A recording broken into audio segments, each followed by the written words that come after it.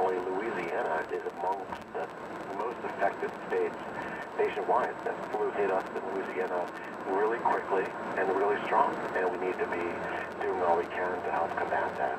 Doc, just to follow up on that, we were one of the first to see it, and the duration, we still haven't seen the backside of this, correct? They're saying in California they're beginning to see the beginning and the end, but that's not the case here. That's absolutely right. It's still going up here. We've not really crested on this. So we still potentially have a lot more cases to go, and that concerns me. Now, I'm told that there are 4 different strains. Is that the case, or has there been a new revelation? There's a number of different strains. Typically, every season, we see one kind of become the predominant strain. So this year, it's a strain called H3N2. There's other ones out there, but this is the most likely one that people get infected with. So, you talked earlier about the juvenile deaths, or the children that have died as a result of this. Why is this particular flu season so rough? Typically, it's the elderly folks that suffer the disproportionate numbers, but we're seeing a lot of this beginning, and even now, just starting to reveal itself more and more across the country as it relates to children.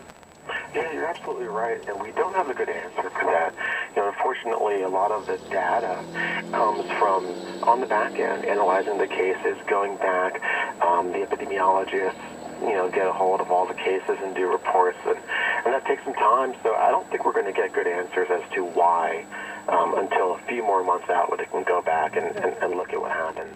Right now we're still very much in the middle of it, and it's difficult to really get a sense of those type of questions. I've been watching the stories on the national news of the children's deaths across the country, and what has struck me as odd is that the parents telling the stories are all very similar. The children feel ill, they get dizzy, and then shortly thereafterwards they stop breathing. Yeah, the stories are really startling and really pull at your heartstrings, and sometimes with young kids, the flu can progress quite rapidly. As you allude to, kids can be healthy one day and then kind of, over the course of a couple of days, get quite sick. In this season, I think it's important to do a few things, particularly if you have young kids. Number one, frequent hand washing all the time. The more the better. You're going to wash your hands all the time because that reduces the chance that the disease is going to spread by contact.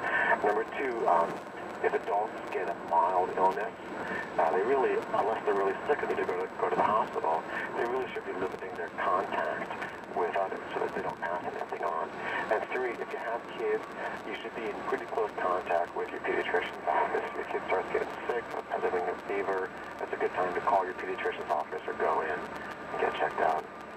So I don't know of any cases yet, but I was reading just actually in a Wall Street Journal article this morning talking about in the Atlanta area, they're up 20%, in New York area 40%.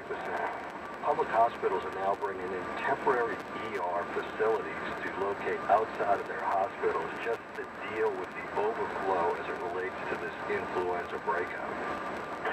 Yes, I've seen those as well. That's not the case locally. So the hospitals in town are busy. There's no question about that.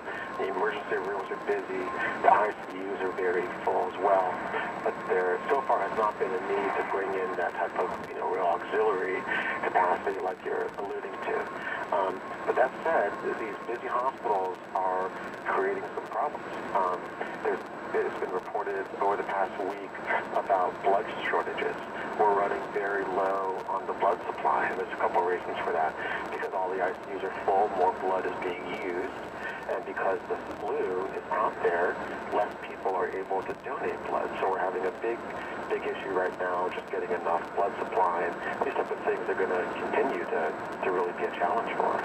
And Doc, it's probably a good time to talk about that because, correct me if I'm wrong, but the blood supply business, for lack of a better term, is kind of always on the brink of being short all the time, correct?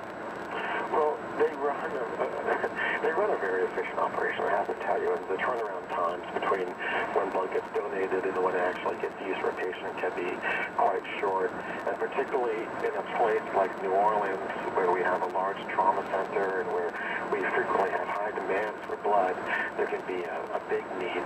So the blood center here is, they're on their game. They're some of the best in the business at it. They're used to these type of shortages, but we do have to address it. And, for your listeners out there, if you're able to donate blood, now would be a great time to do it. It would really go to good use. I mean, that's why I'm going there, because I know that it's always a challenge, and they're always, and they do a great job. I mean, they're phenomenal folks, and they do wonderful work. But when the system is stressed, it's all the more important that you continue to do so. Right, absolutely. So let me just, for point of information, the Blood Center has a permanent blood donation center in Metairie. It's at 2617 Edenborn Avenue. In addition to that, they have sites in Slidell, Mandeville, Hammond. People can go to thebloodcenter.org to get all the information. Additionally, on top of that, they do blood draws. They advertise that when they happen. And if any agency or organization or business, if they want to host the blood drive, that are always interested in partnering on that, if they can contact the Blood Center, it's really interesting. Doc, we got to get to a break. Stay with us. We got Dr. Joseph Cantor, New Orleans Health Department's director, and we're talking about this influenza season and the trials and tribulations thereof. Stay with us. We'll be right back on WWL. At New Orleans at the St. Louis Cathedral, WWL AM and FM. Look out, Saints fans in Hammond. Here comes the Cajun Cannon. The Big C and Deuce. Saturday, join WWL for Countdown to the Big Game with Bobby Hebert, Deuce McAllister, and Deke Bellamy live at Rouse's Market, 11 a.m. till 2 p.m. Stop by, talk football, get an autograph, or take a selfie with our resident pros.